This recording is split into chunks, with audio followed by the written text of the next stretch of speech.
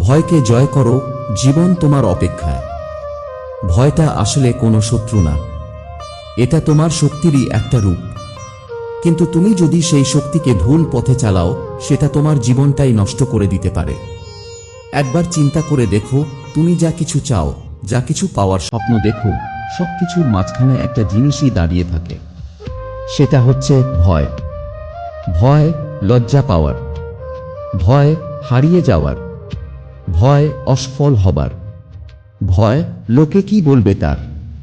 কিন্তু একটা কথা বলি, এই পৃথিবীতে যারা সফল হয়েছে তারা সবাই ভয় পেয়েছিল। তাদের বুক কাঁপত, হাত ঘামত, তবুও তারা থামেনি। তারা ভয়কে বলেছিল, তুই থাক, আমি যাচ্ছি। তুই যখন সাহস করে একটা পদক্ষেপ নিবি, তুই যখন বলবি, আজ আমি আমার ভয়কে শেষ করে দিব, তোমার ভয়ের পেছনে লুকিয়ে আছে এমন কিছু যা হয়তো তুমি কল্পনাও করো না। সেটা হচ্ছে তোমার সবচেয়ে বড় সম্ভাবনা।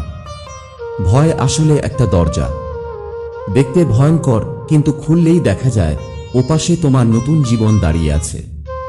তুমি যখন ভয় পাও, তখন নিজের মনেই প্রশ্ন করো, আমি কি এটা পারবো? কিন্তু তুমি যখন সাহস দেখাও, তখন উত্তরটা স্পষ্ট হয়ে যায়, হ্যাঁ আমি পারবো। শুধু নিজেকে একটা সুযোগ দাও। ভুল হতেই পারে, ব্যর্থতাও আসবেই, কিন্তু ভয় পেয়ে পিছিয়ে গেলে তুমি কখনো জানতেই পারবে না তোমার আসল ক্ষমতা কতটা বিশাল। তোমাকে যদি সবাই হাসে, হোক। তোমাকে যদি কেউ বিশ্বাস না করে, তাও ঠিক আছে। কিন্তু তুমি নিজেকে বিশ্বাস করো, তাহলেই একদিন তারাই তোমার প্রশংসায় মুগ্ধ হবে। ভয়ের মধ্যে ডুবে থাকা সহজ, কিন্তু সেই ভয় ভেঙে বেরিয়ে আসা, এটাই বীরত্ব। তুমি যখন ভয়কে জয় করো, তখন শুধু তুমি বদলাও না, তোমার জীবন বদলে যায়, তোমার ভবিষ্যৎ বদলে যায়।